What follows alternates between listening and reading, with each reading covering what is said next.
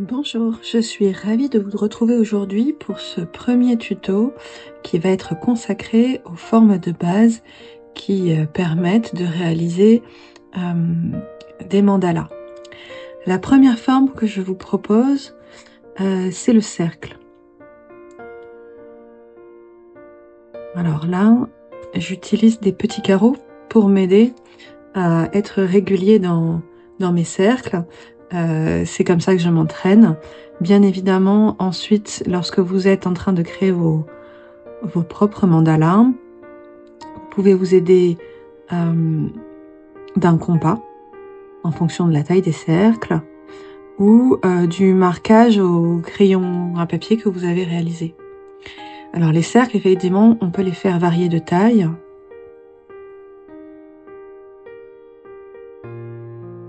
Et on peut les faire devenir ovales en fonction de l'effet recherché.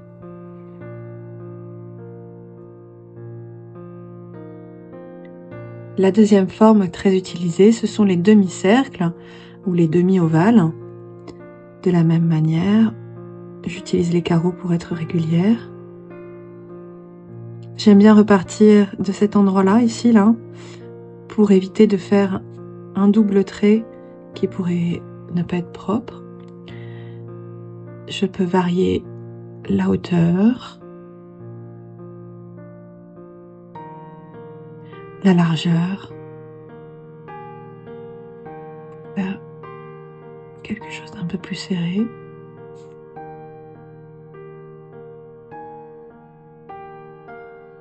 Et la longueur.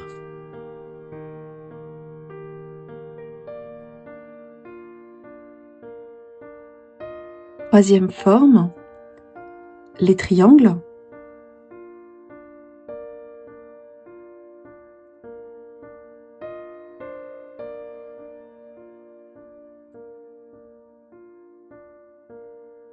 Et on fonctionne de la même manière pour faire varier l'effet souhaité.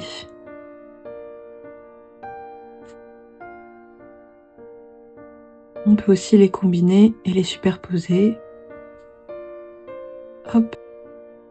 La quatrième forme que je vous propose aujourd'hui, elle est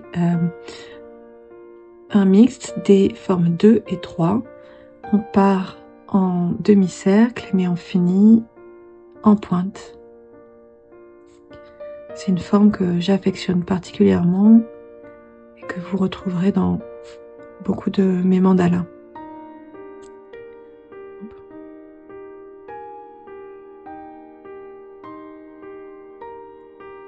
La cinquième forme, les spirales.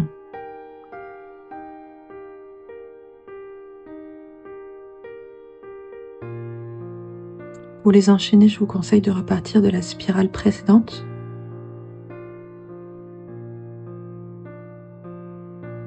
Pour moins casser la frise.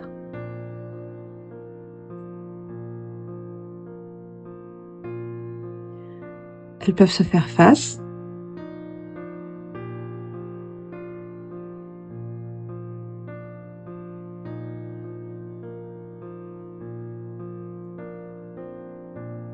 Sixième forme, les losanges.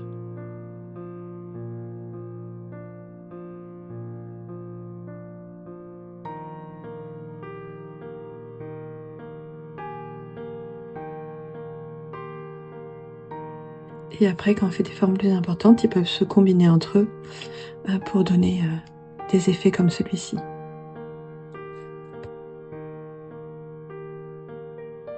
Septième forme, on va voir maintenant des feuilles ou des pétales.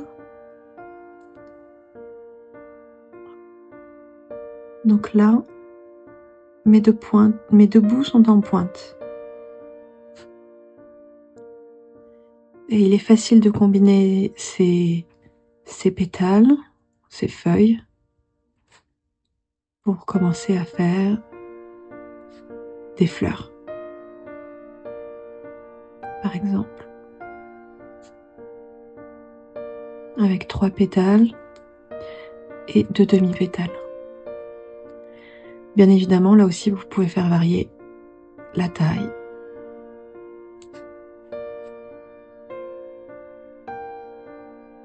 Et le sens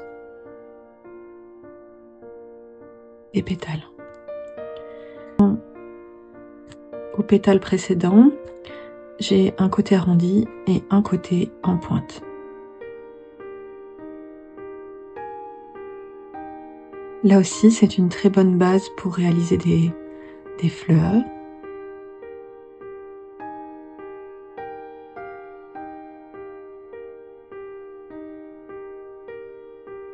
J'y ajoute des demi-cercles. Voilà. En 9, on va voir les vagues.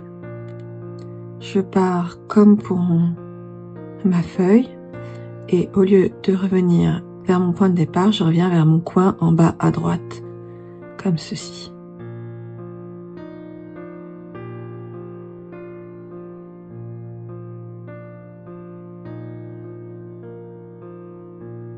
Et enfin, pour finir, une forme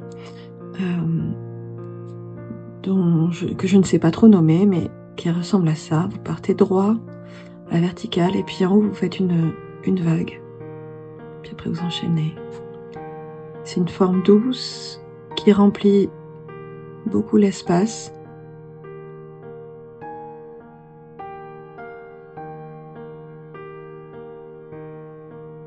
Voilà, c'était les 10 formes de base que je voulais vous présenter aujourd'hui.